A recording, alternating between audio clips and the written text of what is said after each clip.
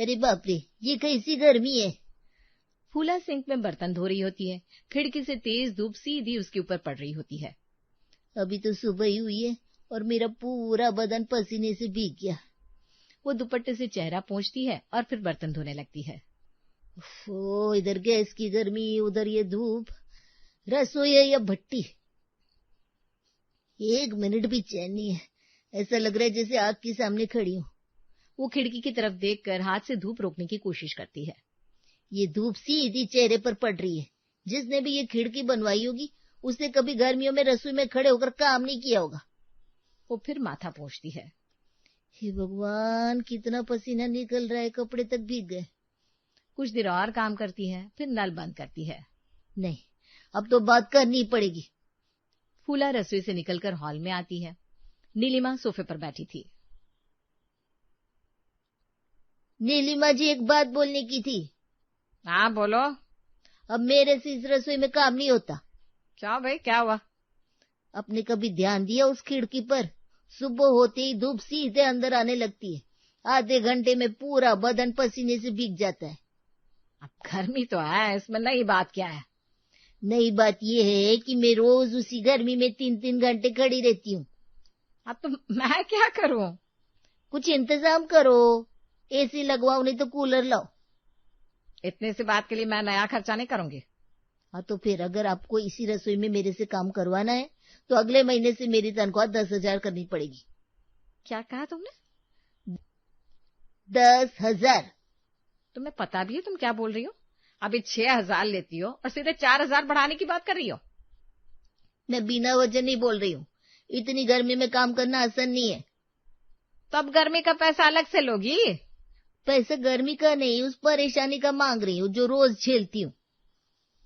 भाई, मुझे तो ये हिसाब समझ में नहीं आता। जितनी तनख्वाह तय हुई थी उतनी ही मिलेगी। फिर मेरे से काम नहीं होगा। मतलब साफ है, या तो तनख्वाह बढ़ा दीजिए या फिर किसी और को काम पे रख लीजिए। ये धमकी दे रही है? धमकी नहीं, अपनी मजबूरी बता रही है। मुझे किसी की शर्तें मानने की आदत नहीं है। ठीक है, तो आज मेरा आखिरी दिन समझ लीजिए। इतनी जल्दी दूसरा घर भी मिल गया?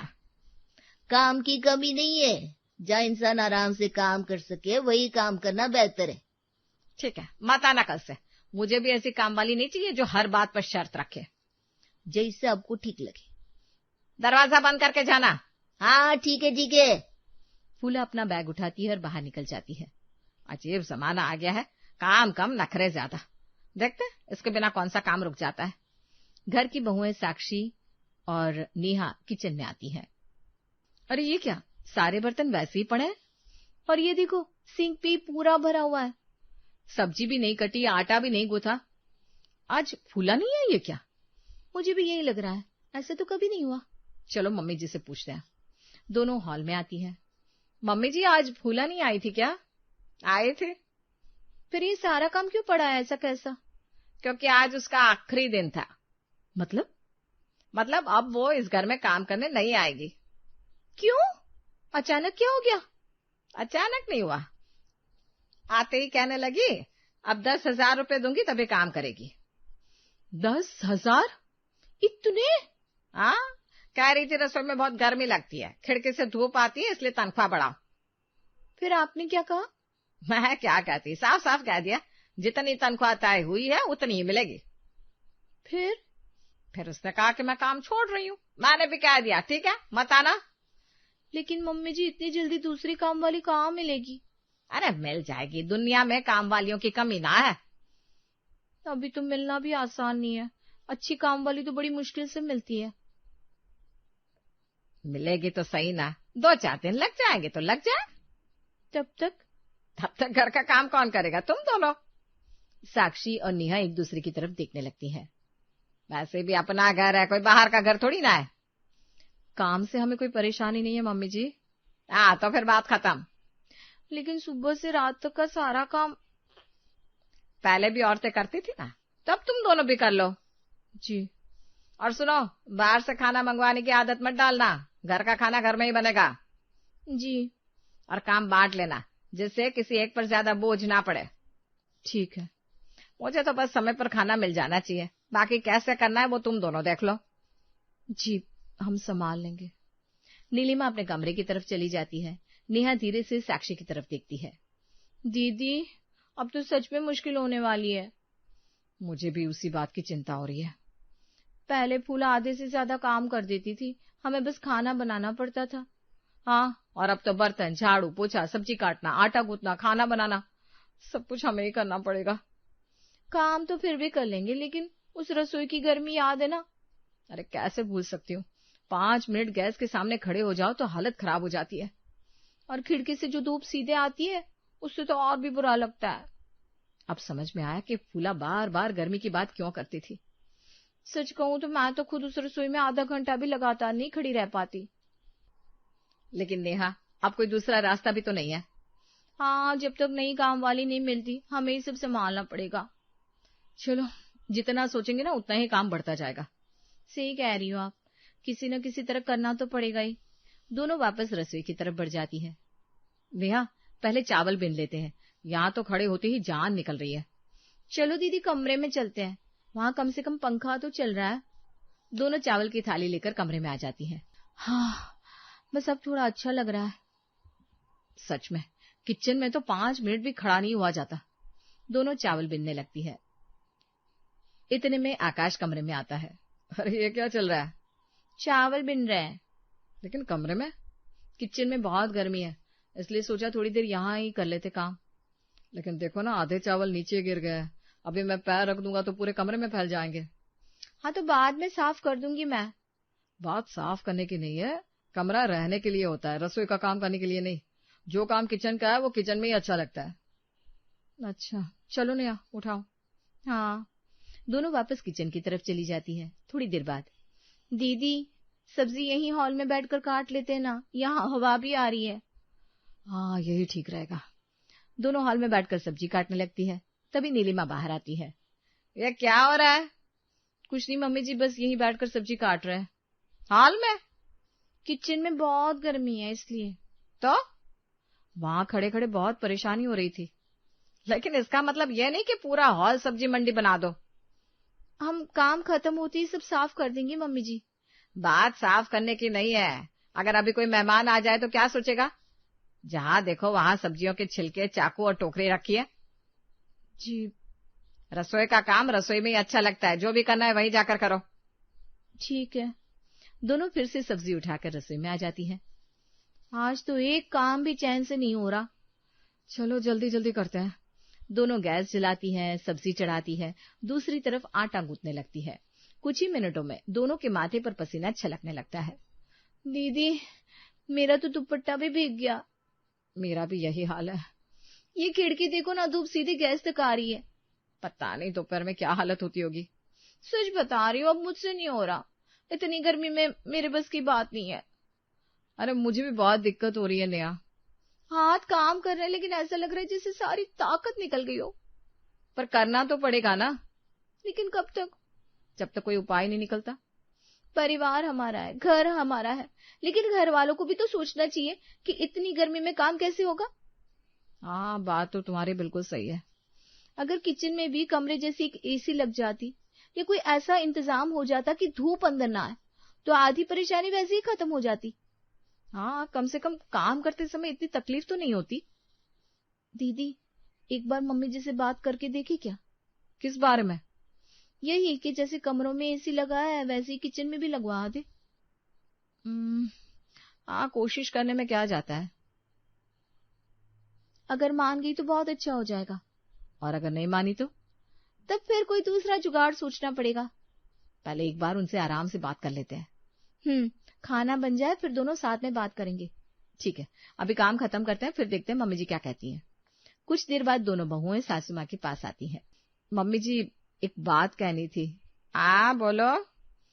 मम्मी जी, हम दोनों किचन में काम कर रहे हैं ना, तो वहां बहुत ज्यादा गर्मी लगती है। अब गर्मी तो है, इसमें नई बात क्या है? गर्मी से ज्यादा दिक्कत उस खिड़की से आने वाली धूप की है। धूप सीधे गैस तक आती है। 5-10 मिनट में तो पूरा बदन पसीने से भीग जाता है। आज तो बस आधा घंटा काम किया है, लेकिन ऐसा लग रहा है जैसे घंटों से खड़े हो। तो फिर हम सोच रहे थे अगर किचन में भी एक एसी लग जाए तो मतलब काम करना थोड़ा आसान हो जाएगा। क्या? बस एक छोटा सा एसी। तुम लोगों को लगता है एसी मुफ्त में लग जाता है? नहीं मम्मी जी, लेकिन कोई लेकिन वेकिन नहीं। मम्मी जी सच में बहुत परेशानी हो रही है। अरे परेशानी तो फूला को भी हो रही थी, उसने भी इसी गर्मी का बहाना बनाकर 10,000 रुपये मांग लिए थे। जी मैंने उसको साफ मना कर दिया ना, अब तुम लोग एसी की बात लेकर आ गई। हम सिर्फ इसलिए कह रहे हैं ताकि काम थोड़ा आराम से हो जाए। जितने पैसे एसी लगवाने में लगेंगे उतने में तो मैं महीनों तक काम वाली रख लूं। लेकिन अभी तो काम वाली भी नहीं है ना। अरे मिल जाएगी, तब तक तुम दोनों संभाल लो। मतलब एसी नहीं लगेगा? बिल्कुल नहीं लगेगा। ठीक है मम्मी जी। घर का काम करना है तो जैसे सब करते आए वैसे करो, हर छोटी छोटी बात पर एसी नहीं लगाया जाता। जी। दोनों चुपचाप वापस रसोई में आ जाती है। मुझे लगा ही था मम्मी जी नहीं मानेंगी। हाँ, लेकिन एक बार पूछ लेना जरूरी था। नेहा गैस के सामने खड़ी होकर कढ़ाई चलाने लगती है। कुछ ही देर बाद वो अपने माथे का पसीना पोंछती है।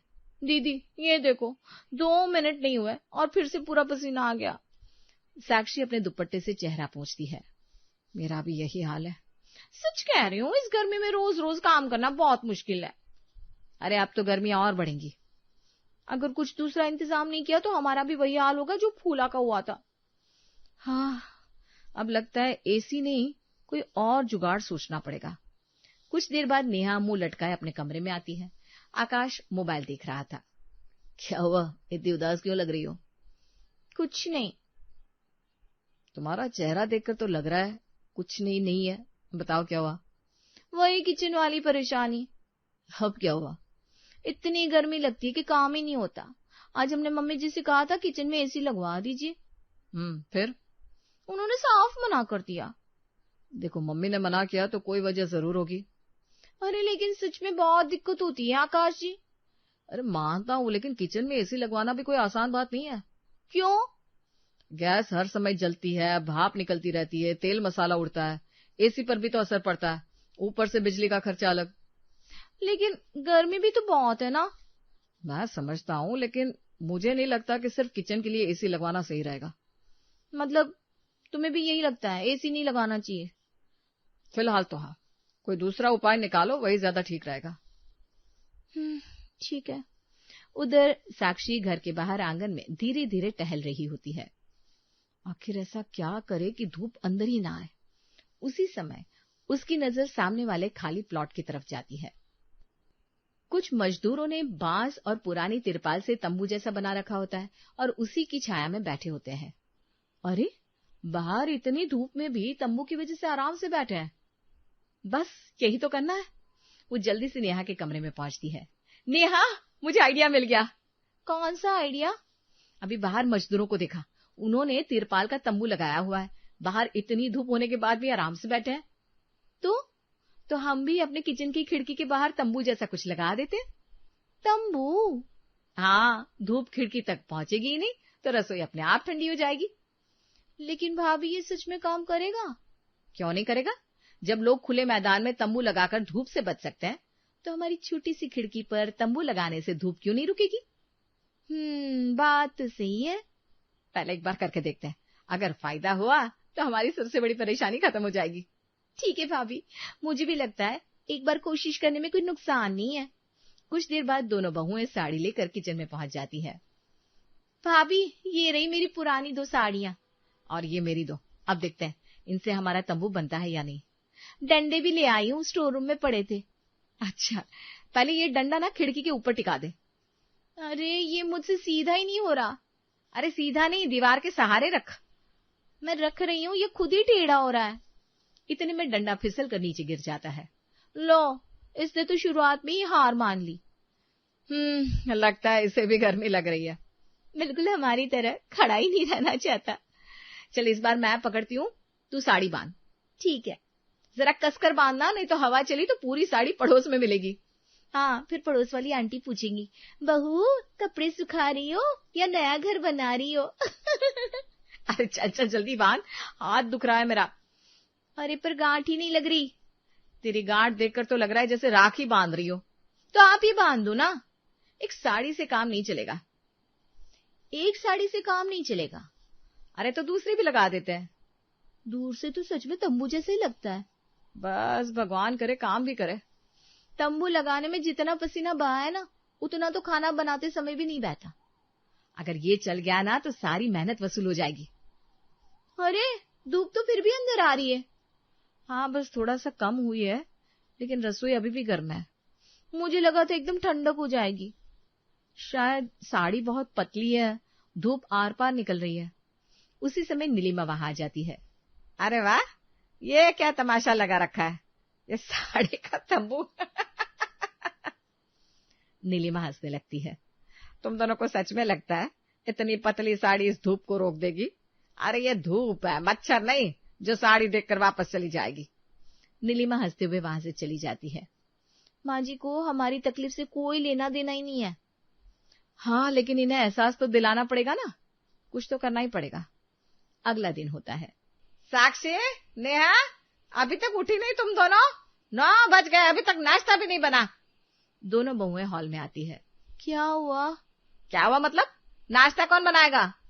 मम्मी जी, हमने अपना नाश्ता तो बाहर से मंगवा लिया है। क्या? जी, आज हमारा खाना बाहर से ही आ जाएगा। और हमारा?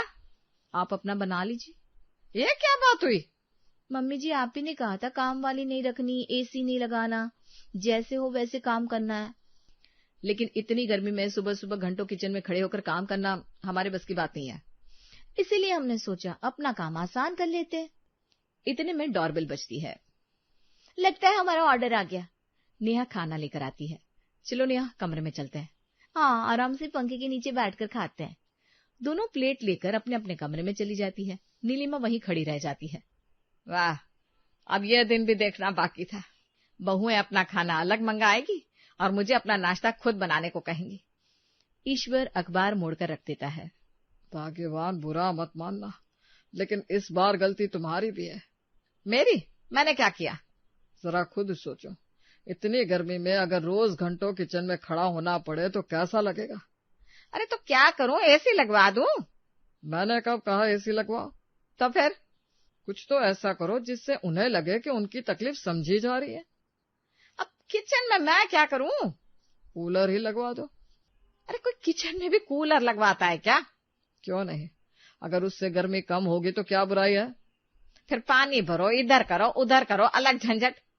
झंझट ज्यादा बड़ा है या रोज खुद गर्मी में नाश्ता बनाना? नीलिमा चुप हो जाती है। देख लो, अगर समय पर गरम गरम नाश्ता और खाना चाहिए तो थोड़ा इंतजाम करना पड़ेगा, नहीं तो फिर रोज खुद ही किचन संभालना। अच्छा ठीक है, आप इतना कह रहे हो तो कूलर लगवा देती हूँ, वरना मेरा तो बिल्कुल मन नहीं था। इतना सुनते ही दीवार के पीछे से साक्षी और नेहा हंसते हुए बाहर आती हैं। सच में मम्मी जी? मतलब आप मान गई? तुम दोनों? जी, हम सब सुन रहे थे। अच्छा, तो ये सब पहले से प्लान था। भाग्यवान, कभी कभी घी सीधी उंगली से नहीं निकलता, उंगली थोड़ी टेढ़ी करनी ही पड़ती है। सुबह का समय है और बाहर बहुत तेज मूसलाधार बारिश हो रही है। आसमान पूरी तरह काले बादलों से घिरा है। ममता रसोई में खड़ी होकर गर्मा गर्म बेसन के पकोड़े तल रही है, जिसकी खुशबू पूरे घर में फैल रही है। अंजलि और आकाश दोनों डाइनिंग टेबल पर बैठे हैं, ममता पकोड़े लगाते हुए। ये लो बच्चों, गर्मा गर्म छनते हुए पकोड़े तैयार है। माँ, सच में इस सुहावने मौसम और तेज बारिश में गर्मा गर्म पकोड़े खाने का मजा ही कुछ और है। कितने अच्छे लगते हैं ना ये पकोड़े। हाँ अंजलि, अच्छे तो लगते हैं, लेकिन इसका ये मतलब नहीं कि सारे पकौड़े तू अकेले ही खा जाए। प्लेट में से सारे पकौड़े तू ही खा जाएगी क्या? वैसे भी तू मोटी होती जा रही है, थोड़ा कम खाया कर। आकाश, तू अपना काम कर, मैं कोई तेरे हिस्से का खा रही हूँ क्या? माँ ने हम दोनों के लिए बनाए हैं, इसलिए मैं तो आराम से खाऊंगी। तू अपनी फिक्र कर, मुझे मोटी मत बोल। तभी रवि अपने कमरे से तैयार होकर बाहर आता है। वो दोनों बच्चों को इस तरह आपस में नोक-झोंक करते हुए देखकर मुस्कुराते हुए टेबल के पास आकर बैठ जाता है। ठीक है बच्चों, अब तुम दोनों शांत होकर चुपचाप पकौड़े खा लो। सुबह सुबह आपस में इस तरह फालतू का झगड़ा मत करो।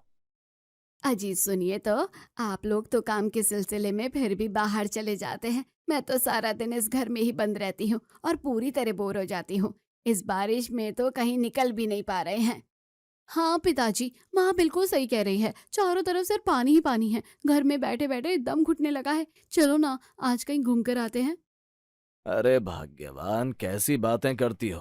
बाहर इतनी तेज बारिश हो रही है, हर जगह पानी भरा है। ऐसी हालत में हम बाहर घूमने कहाँ जाएंगे? एक काम करते हैं ना, हम बाहर किसी के घर चलते हैं, किसी रिश्तेदार के यहाँ जाकर बैठेंगे तो बातें भी हो जाएंगी और घूमना भी हो जाएगा। अंजलि बेटा, इस खराब मौसम और बारिश में अचानक किसी के घर जाना बिल्कुल भी अच्छा नहीं लगेगा। लोग भी सोचेंगे कि इस आफत में मेहमान नवाजी कराने आ गए। अरे तो किसी पराये के घर थोड़ी कह रही हूँ। चलो ना, आपकी बड़ी दीदी के घर चलते हैं। अपनी बहन के घर जाने में क्या ही सोचना। अच्छा ठीक है, तुम कहती हो तो मैं इस बारे में थोड़ा सोचता हूँ। अभी तो मैं ऑफिस जा रहा हूँ, शाम को आकर बात करते हैं। ऐसा कहकर रवि ऑफिस के लिए बाहर निकल जाते हैं। शाम के समय अचानक घर की डोरबेल बजती है। अंजलि अचानक दरवाजा खोलती है। दरवाजे पर बुआ जी हाथ में बैग लिए खड़ी होती है।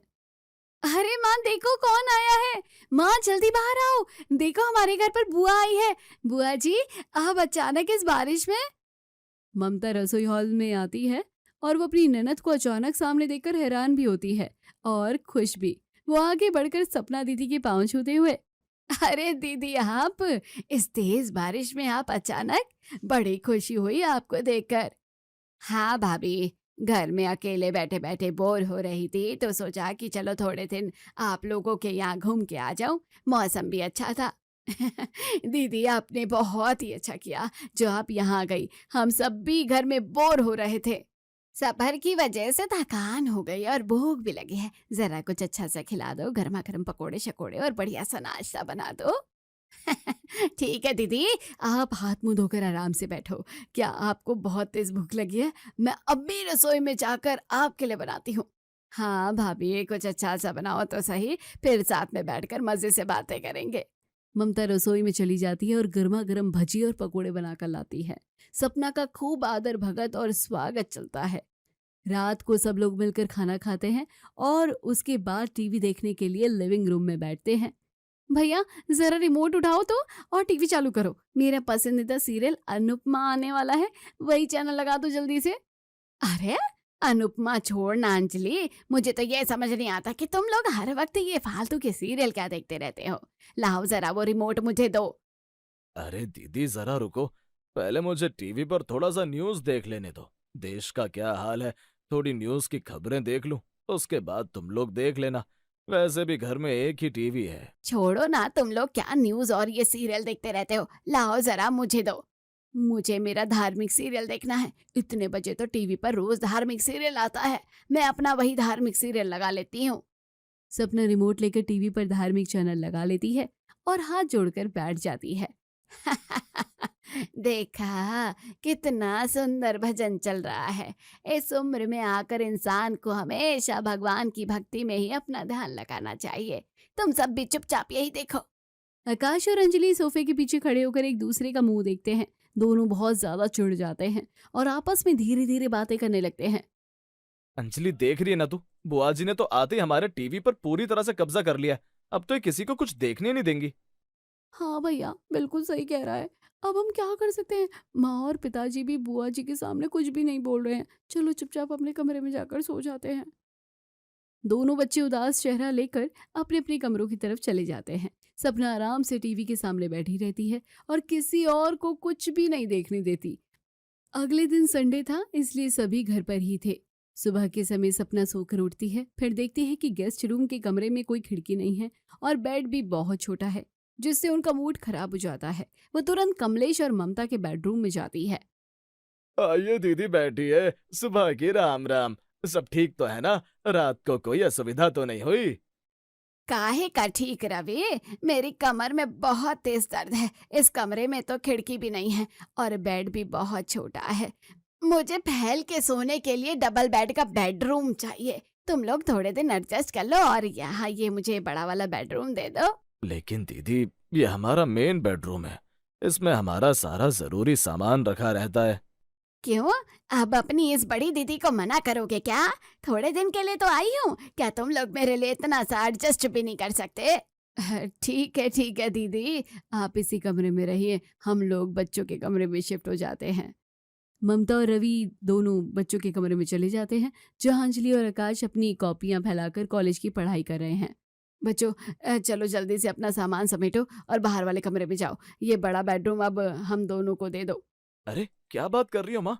इस बेडरूम में हमारा सारा कॉलेज का सामान फैला पड़ा है, हम अचानक यहाँ से कहाँ जाएं? तुम्हारी बुआ जी ने जिद करके हमारा बेडरूम ले लिया है, अब हम छोटे कमरे में कैसे सोएंगे? बेटा, तू कुछ दिन हॉल में सोफे पर सो जाना और अंजलि तू छोटे कमरे में एडजस्ट कर ले। आकाश और अंजलि गुस्से में अपना सामान समेटकर कमरे से बाहर चले जाते हैं। अगली सुबह सपना रसोई में ममता के पास आकर, है ममता, जरा बताओ तो सही कि आज रसोई में सुबह क्या बना रही हो? दीदी, अंजलि के लिए सैंडविच और आकाश के लिए मैकरोनी बना रही हूँ और दोपहर के लिए वेज पुलाव बना रही हूँ।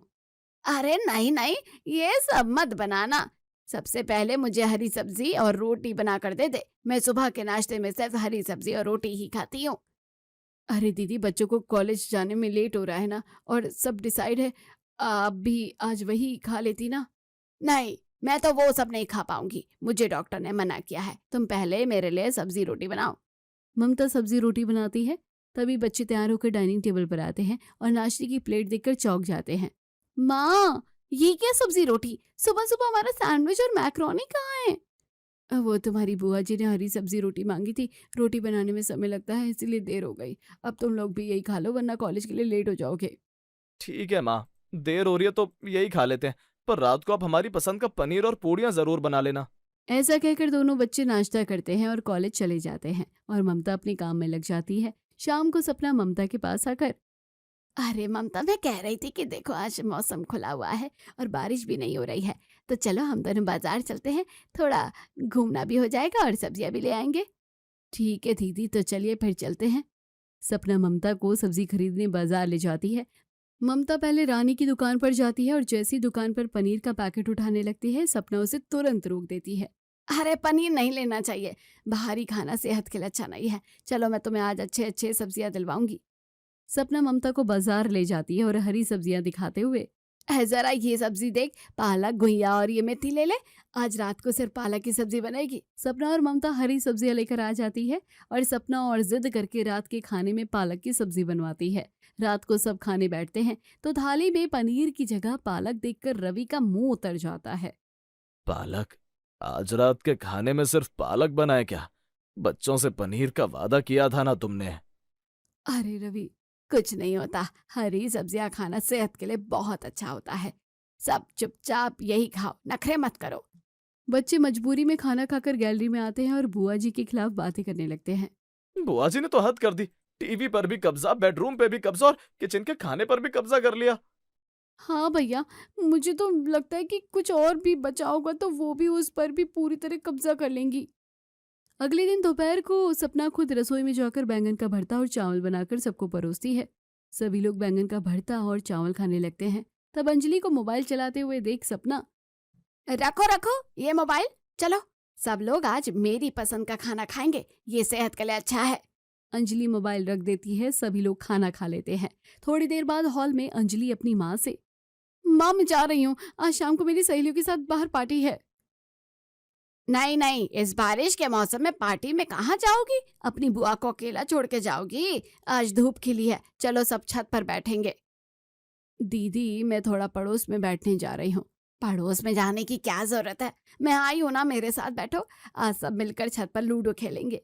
पूरा परिवार सपना के डर के कारण बोर होते हुए भी छत पर बैठकर लूडो खेलने लगता है और शाम को सभी लोग नीचे आते हैं। रवि ऑफिस से आता है और थोड़ी देर आराम करने के बाद वो सभी से, आज मौसम बड़ा साफ हुआ है, चलो सब बाहर चलकर ठंडी ठंडी आइसक्रीम खा कर आते हैं। नहीं नहीं, आइसक्रीम नहीं खाएंगे, गला खराब हो जाएगा, चलो बाहर सब मिलकर भुट्टे खाएंगे। सब भुट्टे खाने जाते हैं। सपना भुट्टे खाकर वापस गाड़ी में बैठकर आती है। इधर आकाश गुस्सा होते हुए अपने पिता से, देखो ना पापा जी, बुआ जी ने तो हमारी हर चीज पर कब्जा कर लिया, हम बहुत ज्यादा परेशान हो गए। हाँ पिताजी, अब तो बहुत हो रहा है, कुछ भी करके हमें बुआ जी को वापस भेजना होगा। बच्चों वो सब तो ठीक है, लेकिन हम घर आए मेहमान को जाने के लिए तो नहीं कह सकते। पर मेरे पास एक बहुत ही बढ़िया प्लान है। हम फूफा जी को फोन करके बुलाएंगे कि बुआ जी आपको बहुत याद कर रही है, तो फूफा जी उन्हें खुद बुला लेंगे। अगले दिन अंजलि बुआ जी के पास बैठकर फूफा जी को फोन लगाती है और स्पीकर चालू कर देती है। फूफा जी, यहाँ बुआ जी आपको बहुत ज्यादा याद कर रही है और आपके बिना उदास बैठी है। अच्छा, तुम्हारी बुआ मुझे याद कर रही हैं? सच कहूं तो मैं भी तो उन्हें बहुत याद कर रहा हूँ। उनके बिना मुझे घर में बिल्कुल अच्छा नहीं लग रहा है। ठीक है फूफा जी, हम बुआ जी को जल्दी आपके पास भेजते हैं। बुआ जी, फूफा जी आपको बहुत याद कर रहे हैं, आपको जाना चाहिए। हाँ, याद तो मुझे भी आ रही है, पर मैं चली जाऊंगी ना कुछ दिन में, इतनी जल्दी क्या है। नहीं दीदी, पतियों को अकेले नहीं छोड़ना चाहिए। आजकल अकेले रहने पर आदमी पता नहीं क्या क्या करने लगते हैं। चलो मैं आपकी पैकिंग करवा देती हूँ। ममता और अंजलि कमरे में जाकर तुरंत ममता की पैकिंग करके सूटकेस हॉल में रख देते हैं और आकाश को गाड़ी निकालने को कहती है। आकाश जैसे ही दरवाजा खोलता है, सामने फूफा जी दो बड़े बड़े सूटकेस लिए खड़े होते हैं। अरे फूफा जी, आप अचानक यहाँ? हाँ, अंजलि ने बताया कि तुम्हारी बुआ मुझे बड़ा याद कर रही है। वही मुझसे तो नहीं रहा गया। मैं अपना सारा सामान पैक करके यहीं आ गया। अब मैं भी यहीं पूरे 15 दिन तक रुक कर ही जाऊंगा। फूफा जी की बात सुनते ही रवि, ममता, आकाश और अंजलि चारों सदमे में आकर अपना सिर पकड़ लेते हैं और सोफे पर बैठ जाते हैं। सपना और फूफा जी अंदर चले जाते हैं।